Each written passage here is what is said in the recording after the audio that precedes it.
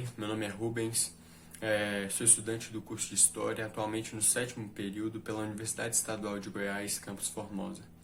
Eu estou aqui hoje para assumir um pouco da função da professora Daniela. Eu estou aqui cumprindo o meu estágio obrigatório. É um estágio que eu preciso fazer, preciso concluir, né, para eu me formar. Então, pessoal, hoje eu vou estar sendo o professor de vocês aqui. Gostaria muito de estar em sala de aula com vocês, podendo escutar a dúvida de vocês.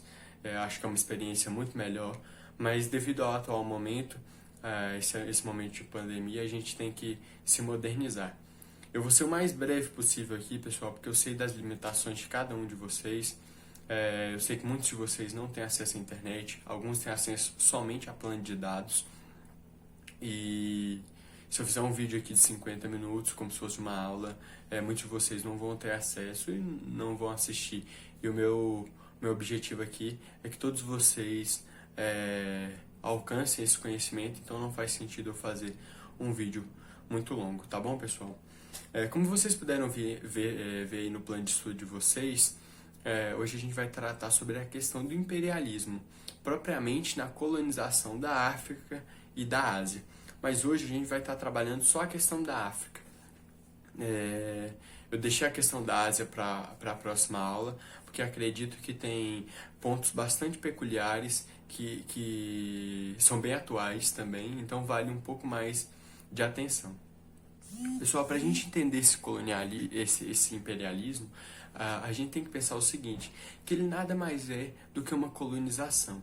Mas esse imperialismo que vai acontecer ali em meados do século XIX, ele também é conhecido como neocolonialismo. Neo, pessoal, vem de novo. Então é como se fosse o novo colonialismo, né? É o novo colonialismo. O que ele se difere daquele primeiro colonialismo que a gente tem? Ele não está só atrás de matéria-prima. Ele não está só atrás de matéria-prima, como especiarias, essas coisas, como a gente via, temperos, né, pimenta, cravo da Índia, essas coisas. Ele não está só atrás disso. Ele está atrás de ferro, manganês, ele está atrás de petróleo. E a gente tem que entender esse contexto. Essa colonização ocorre depois da Revolução Industrial.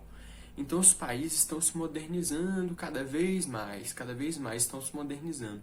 E a rivalidade entre esses países europeus sempre ocorreu, sempre aconteceu, sempre existiu essa rivalidade entre esses países. Inglaterra, Holanda, Espanha e também, tirando, né, desses países da Europa, a gente tem a Rússia, tem os Estados Unidos, então sempre ocorreu essa rivalidade. Então, com essa Revolução Industrial, os países tentam se modernizar cada vez mais e cada vez mais rápido. Só que ocorre uma coisa que é o seguinte, a falta de matéria-prima e o mercado. O mercado desses países está cada vez mais saturado, você tem muito produto, mas você não tem para quem vender. Né? Você vende, mas não vende todo aquele produto, e você quer produzir mais para vender mais, e é assim que o mercado funciona. Então, começa a acontecer uma disputa, uma corrida entre esses países. Diferente do primeiro colonialismo que se tem, esse neocolonialismo, ele é impulsionado pelas burguesias, né? Não pelo Estado. Não é o Estado que está impulsionando esse novo colonialismo, esse movimento imperialista. Esses primeiros movimentos, né, colonialistas são impulsionados pelo Estado, e esse não. Esse é impulsionado pelas elites burguesas, né, buscando uma melhora de vida, uma melhora do mercado e também a questão populacional. Esses países aconteceu uma grande concentração demográfica, né, muitas pessoas no mesmo lugar. Então, você ter um novo território para você mandar essas pessoas é algo muito importante para esses países. Então, esses são alguns dos fatores que vão impulsionar esse neocolonialismo. Então, pessoal, é muito importante a gente entender essas motivações para a gente entender também as consequências. Então, pessoal, para a gente entender esse imperialismo na África, a gente tem que entender que todas essas ações, elas precisam ser justificadas, né? Não adianta eu tentar colonizar um continente inteiro de forma violenta, sem uma justificativa, não é mesmo? Então, os europeus e outras nações vão se apoiar numa questão de darwinismo social, onde eles acreditam, pessoal, que o branco é superior. O branco é superior e ele tem uma missão civilizatória. É como se a África, pessoal, tivesse perdida no tempo, fossem pessoas que não entendem o que realmente é viver, que não sabem conversar, que não têm cultura, que precisam ser civilizados, mas ninguém fez isso por eles. Então, essas pessoas vão se dar o trabalho de fazer isso por eles, né? É como se fosse um trabalho duro, um trabalho que quase ninguém consegue fazer. Mas isso é errado, pessoal, isso é muito errado. Porque com o passar dos anos, né, com o nosso entendimento hoje de história, a gente sabe que a África sempre foi um lugar muito rico, tanto de riquezas, ouro, pedras, como culturalmente. A filosofia africana, por exemplo, é muito rica, inspirou diversos autores europeus, né, que provavelmente hoje a gente conhece alguns autores europeus, são famosos por terem lido autores africanos, mas esse crédito jamais vai ser dado, né? Mas nem por isso a gente deixa de lutar por essa representatividade desse povo, né, que foi um povo que sempre foi subjugado. Tem um poeta imperialista, Kipling, que ele diz o seguinte: ele apontava a colonização como um fardo do homem branco. Então, pessoal, isso serve para como eu posso dizer para vocês, para não mostrar o verdadeiro objetivo dos homens brancos, dos europeus, desses países que vão colonizar tanto a África quanto a Ásia, né? Colocando isso como um fardo. Só que não era um fardo. Eles estavam buscando riquezas, mão de obra, terras, era tudo que essas nações queriam. Então, eles fazem uma conferência, pessoal, a Conferência de Berlim, com alguns países europeus, são 14 países europeus, Estados Unidos e Rússia, né? Esses países eles vão demarcar as áreas da África, essa área fica para a França, essa área fica para fulano, essa área fica para a Rússia, eles vão demarcar essas áreas. Uma coisa importante dessa conferência é que ela não foi seguida, né? Ela não foi seguida.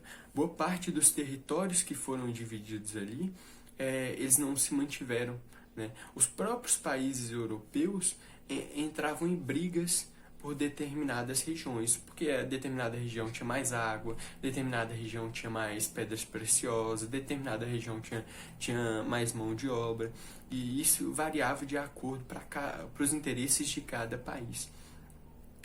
O povo africano, uma parcela deles, não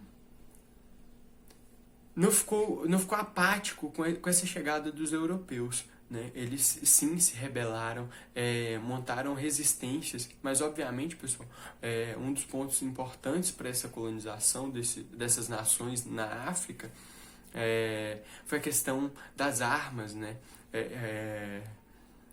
A África quase não tinha armas, ou se tinha eram poucas armas, entendeu? Então, as que tinham geralmente eram roubadas de outras guerras, ou eram armas muito antigas. As nações que tinham algum tipo de armamento, né, essas armas eram muito antigas, então essa resistência ficava cada vez mais difícil para o povo africano, mas não quer dizer que não deixaram de lutar. Então, pessoal, fora esses países que participaram da Conferência de Berlim, como eu disse para vocês, outros países viram ali a chance de enriquecer, de obter riquezas para a sua nação, para o seu país. E entraram nesse processo de colonização da África, colonizando outras partes que não haviam sido colonizadas ainda, ou tomando terras de outros países europeus que tinham pouca segurança. Então virou uma disputa entre os próprios países, sendo que essa conferência foi feita para essa divisão para evitar a rivalidade entre esses países, mas essa divisão só acentuou cada vez mais essa rivalidade entre os países. Então, pessoal, esse conteúdo é um conteúdo muito amplo, eu poderia passar 50 minutos, ou como são 2 aulas seguidas, né? Poderia passar essas 2 aulas de 50 minutos falando sobre esse conteúdo para vocês. Mas eu não quero me alongar aqui. Vocês têm um excelente texto de apoio que eu disponibilizei para vocês. É um texto bem didático. Obviamente, se vocês quiserem algo mais específico sobre determinada questão, vocês podem entrar em contato comigo. A professora Daniela vai estar disponibilizando meu número para vocês no grupo de WhatsApp.